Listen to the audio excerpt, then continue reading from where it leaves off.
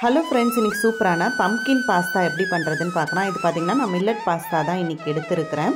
இப்போ இதுக்கு தேவையான பொருள் பார்க்கலாம். இங்கே பார்த்திங்கன்னா 6 பல்லு பூண்டு, வெங்காயம், கேப்சிகம், அதுக்கப்புறமா பார்த்திங்கன்னா இந்த பம்ப்கின் எடுத்து வச்சுருக்கேன், சிகப்பு பூசணி. இது எல்லாத்தையுமே நம்ம வதக்கிட்டு அதுக்கப்புறமா அரைச்சி ஒரு பேஸ்ட் மாதிரி எடுத்துக்க போகிறோம். இப்போ ஒரு வானலியில் நான் எண்ணெய் சேர்த்துக்கிறேன். எண்ணெய் சேர்த்துட்டு நம்ம வச்சுருக்க எல்லா பொருளையுமே சேர்த்து நல்லா வதக்கி எடுத்துக்கணும். நல்லா அது வெந்து வரணும். இப்போ பார்த்திங்கன்னா பூண்டு, வெங்காயம், கேப்சிகம், அதுக்கப்புறமா பார்த்திங்கன்னா இந்த சிகப்பு பூசணி, இது எல்லாத்தையுமே சேர்த்து நல்லா தண்ணி ஊற்றி உப்பு போட்டு நம்ம நல்லா வேக விட்டு எடுக்க போகிறோம்.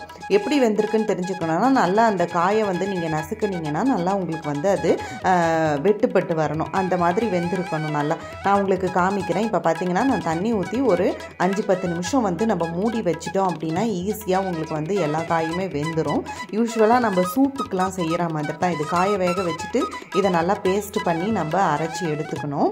இப்போ பார்த்தீங்கன்னா இது நல்லா இப்போ கொஞ்சம் வெந்திருக்குது.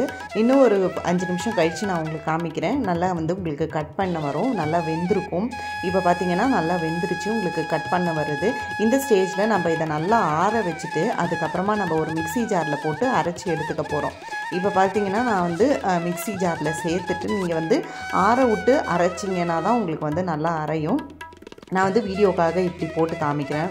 ஹாட்டாக இருக்கும் போதே உங்களுக்கு இப்போ பார்த்தீங்கன்னா நல்லா அரைஞ்சி வந்துடுச்சு. நல்லா பேஸ்ட்டாக வந்துருக்கு பாருங்கள். நம்ம சீஸே யூஸ் பண்ண வேண்டாம், அவ்வளோ சூப்பராக இருக்கும். இப்போ ஒரு பாத்திரத்தில் நான் தண்ணி வச்சுட்டு கொஞ்சமாக எண்ணெயும் கொஞ்சோண்டு உப்பும் சேர்த்துக்கிறேன். உங்கள் பாஸ்தாவில் ஏற்கனவே உப்பு இருந்தது அப்படின்னா நீங்கள் கம்மியாக சேர்த்துக்கலாம்.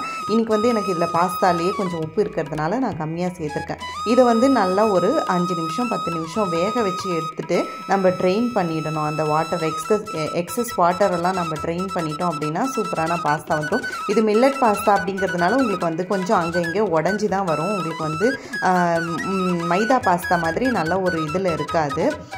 ஏன்னா ஒரு சிலது உடஞ்சி அந்த மாதிரி தான் வரும். இப்போ பார்த்தீங்கன்னா பாஸ்தா நான் வடித்து எடுத்து வச்சுட்டேன். அதே சமயத்தில் ஒரு வானலியில் பட்டர் சேர்த்துக்கிறேன் நான்.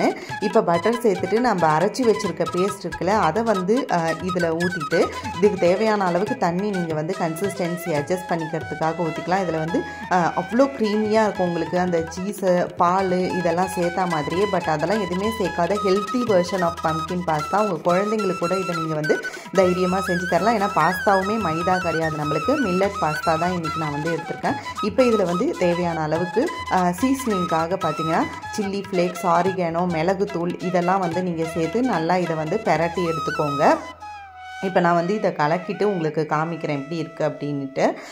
இது கூடவே நம்ம வேக வச்சு வச்சுருக்க பாஸ்தாவும் சேர்த்துட்டோம் அப்படின்னா சூப்பரான பம்ப்கின் பாஸ்தா நம்மளுக்கு ரெடி ஆகிடும்.